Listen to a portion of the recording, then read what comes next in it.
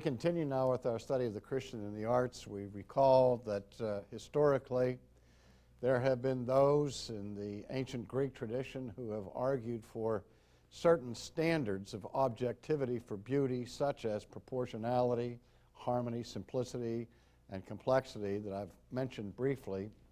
And today we're going to turn our attention now to one of the art forms, and that's to music, and see how some of these principles of aesthetics apply.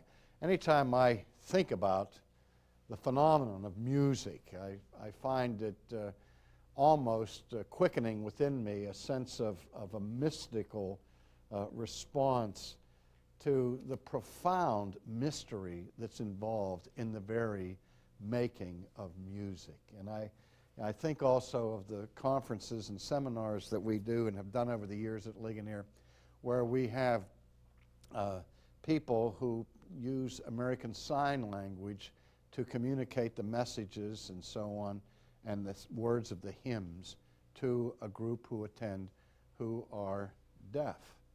And it's always amazing to me to see their response to the words, to the contents, and the way they use their hands and their shoulders and their facial expressions to communicate with each other in a soundless world. And I thought, what a tremendous, tremendous burden it would be for the human person to lose their ability to hear altogether, because sound plays such an important role in our daily lives. And that every sound that we hear has a pitch to it.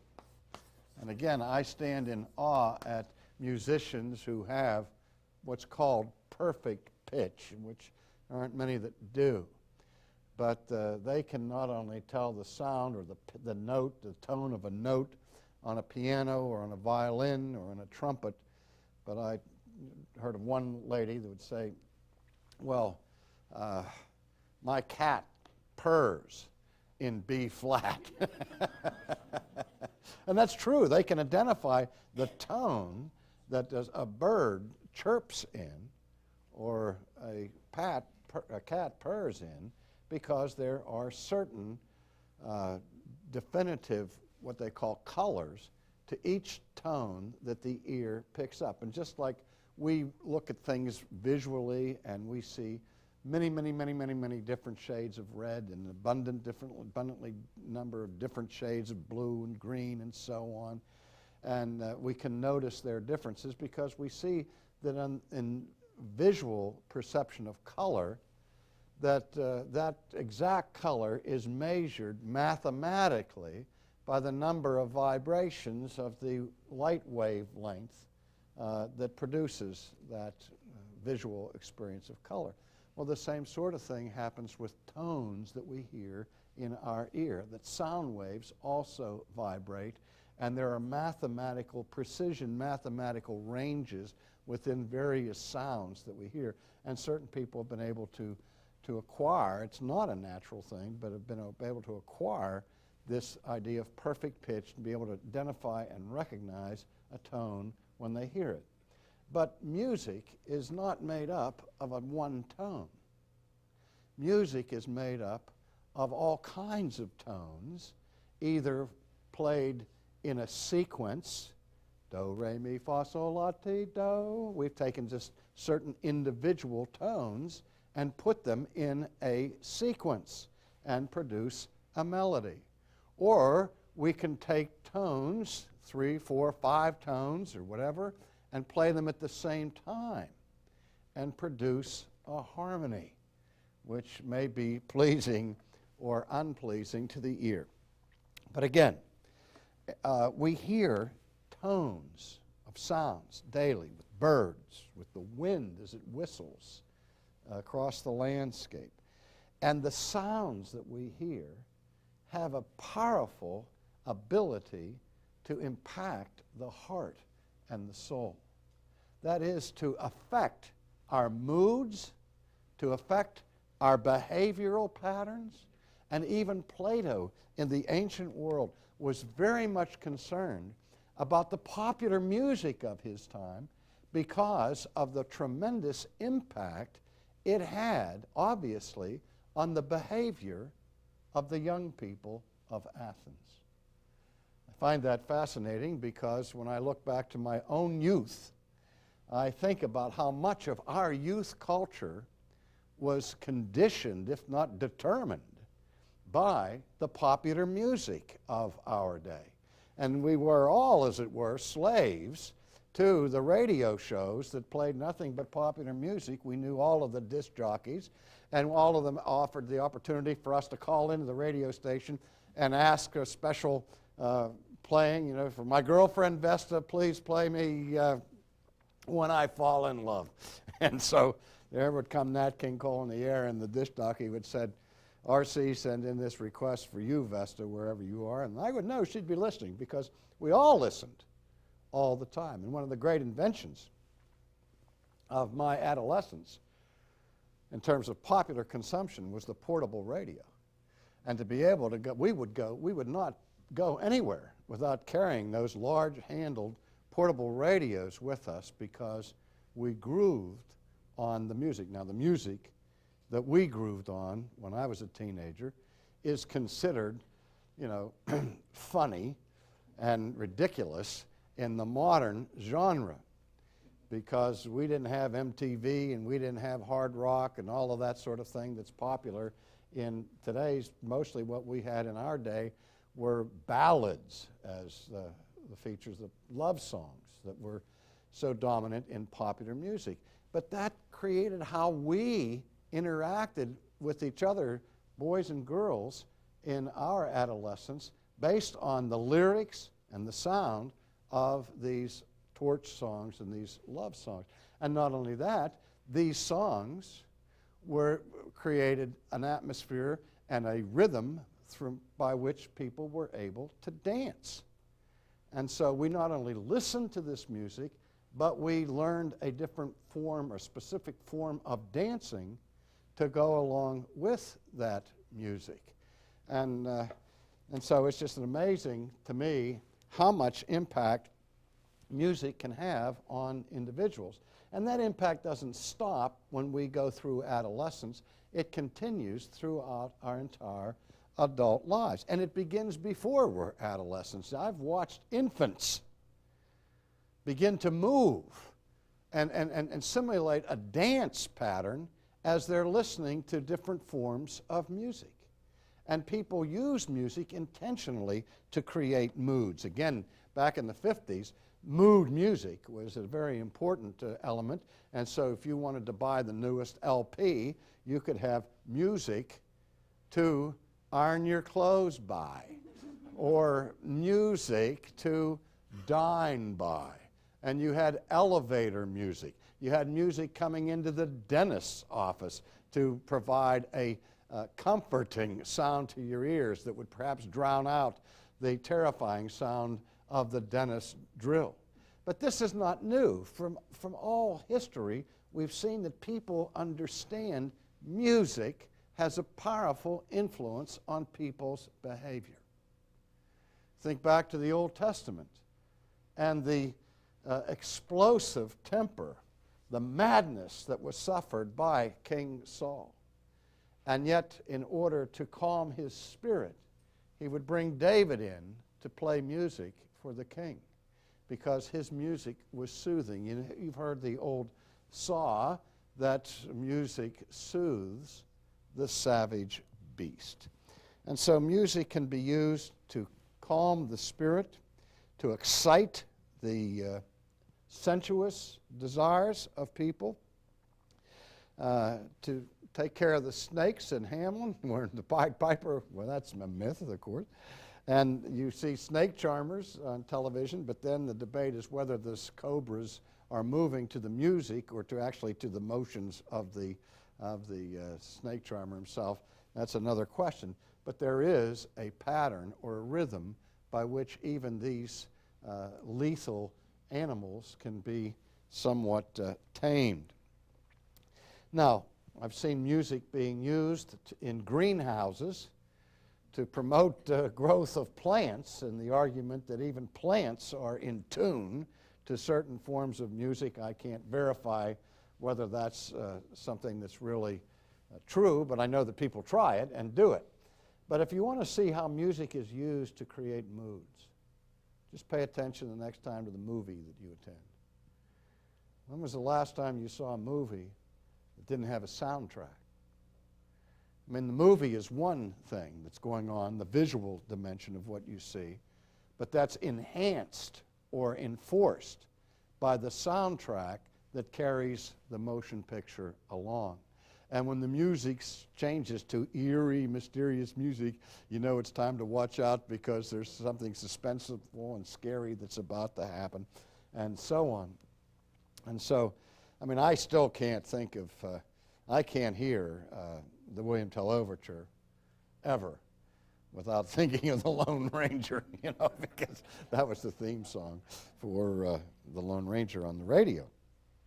So, one of the things that I noticed not too long ago, and this is not enough of a universe to prove a point in all finality, but I've seen 2 interviews of young murderers on death row, 2 different interviews, 2 different guys, both of whom murdered their parents as part of an initiation ritual for a satanic cult.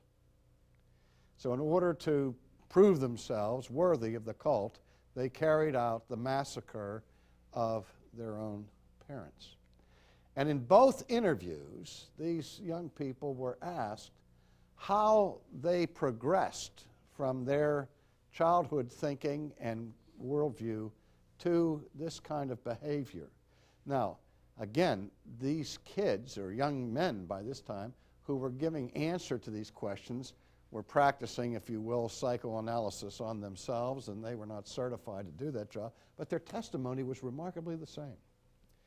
Both of them said that they had a straight line in their experience from their addiction to hardcore pornography to Satanism to murder. They all drew that line. But what I found most fascinating is that they both said that they got turned on to pornography and violence from the previous addiction to heavy metal music. And we're running into that crisis right now with rap music that celebrates the violent and the unrestrained sensuality and so on that has become a national debate that's fierce, where major corporations are using this kind of music to hype their products because they know it has a hearing with a large portion of the population. And if you can get the people to listen to these lyrics, you might move people in the direction of Pepsi away from Coca-Cola. So again, how much influence there is on music remains a matter of conjecture, but that music influences people's behavior, I think, is without dispute.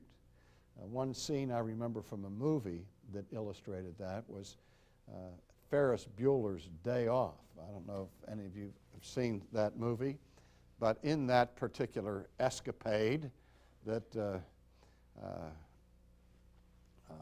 Ferris Bueller carried on with his buddies, that they ended up in downtown Chicago, and there was a parade there, and he got up on one of these floats and started leading the singing of Shake It Up Baby, Twist and Shout. And before you know it, the whole city was singing the song and dancing in the streets. And you see these scenes of the policemen who were there to control the crowd. They're twisting on the streets, and then they pan up to the office buildings, and you see people standing at the windows in their offices, and they're singing and twisting and shouting, and even panning in on Ferris Bueller's father, who is an executive in one of these office buildings. He's up there shaking and baking, and not knowing that it's his son down there that's turned the city of Chicago upside down. Well, whether or not whole cities can be moved like that, again, remains questionable. but it depicts this kind of impact on culture and on behavior. Now, when we talk about music, we are talking about something different from noise. There may be a specific tone that a jackhammer emits when it's tearing up the sidewalk, but we don't usually associate it with music.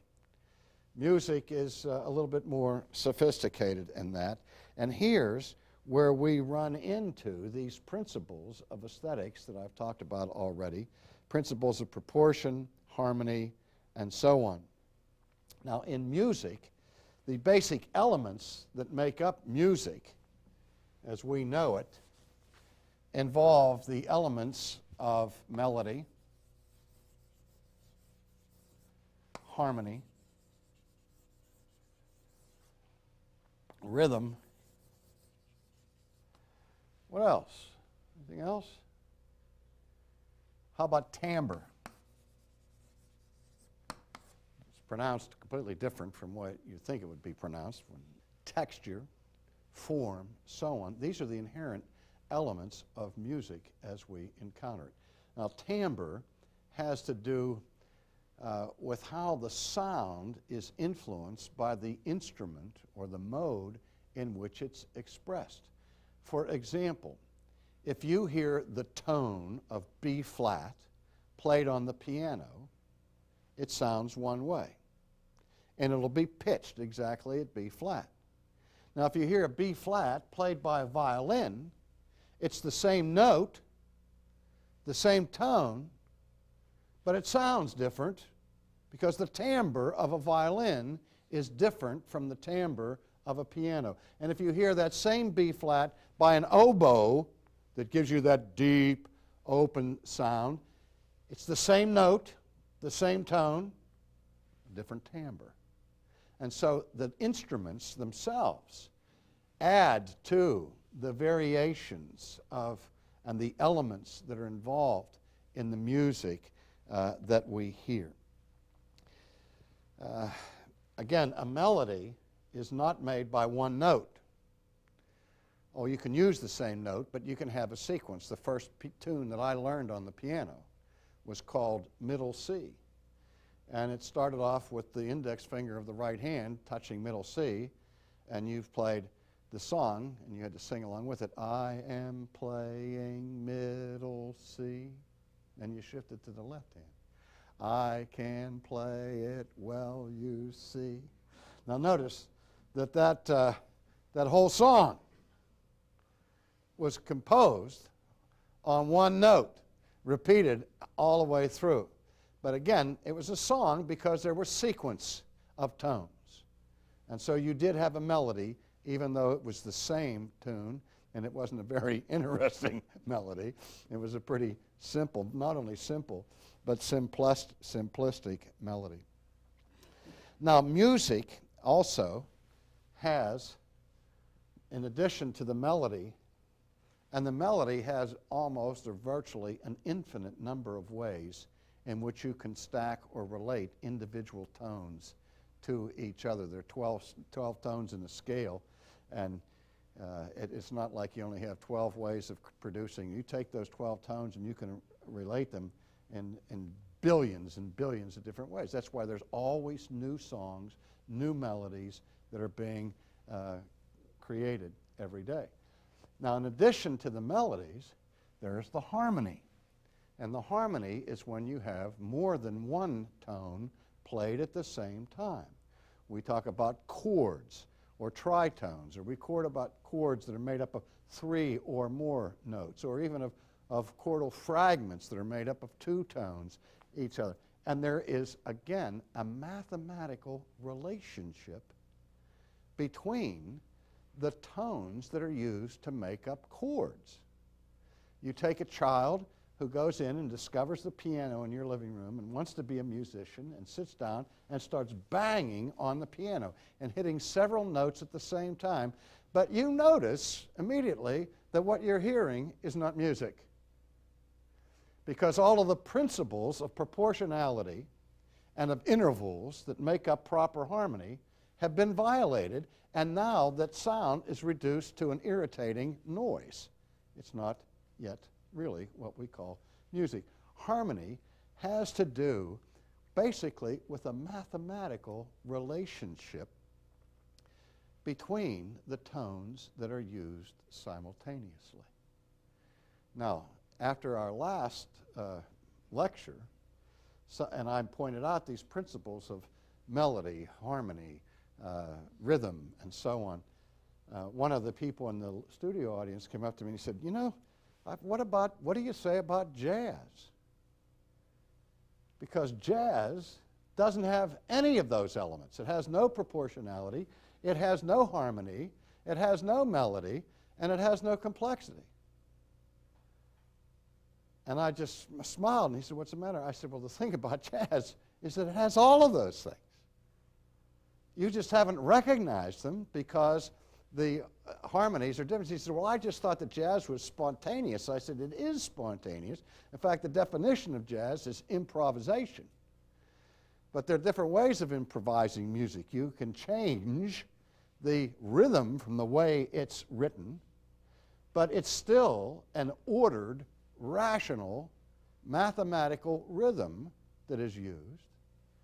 And you can move off the harmony from which a song was written and create new harmonies that have elements of dissonance and so on. But all of that structure of modern jazz still follows strict mathematical relationships. Now, that doesn't mean that every jazz player understands and can articulate those mathematical intervals. The ones who are classically trained and become jazz musicians, they all know those mathematical relationships of intervals and so on. But the others do it by ear. But they still hear the relationships of those sounds. And those sounds are, as I said, mathematically in harmony. They just sound different from the normal way. And we say one of the things, for example, is that Western music is basically, not always, but basically tertian. That is, Western music is built on tones of thirds, a simple C major chord, C, E, G. It's built, first of all, of a major third, and then on top of that, a minor third. That's the way all the major chords are built. And the same way, if you want to make it a minor chord, then you have a minor third, and on top of that is a major third, and you have your basic chord. That's the way music is made for the most part in the Western world. Whereas in the East, most music is based on the chordal system, on fourths rather than on thirds, but that's beyond our concern here now, only to say that even whether it sounds strange to the ear, because we hear it, and modern jazz will use the chordal system, fourths rather than thirds, and that'll sound strange to your ear, but there still is a mathematical proportion to the harmony, and it's now based on a fourth rather than on a third. It's that simple. And so even in these progressive forms of music, the principles of order and harmony are there. Now, time has run out for this session. I'll talk a little bit more about music in our next session.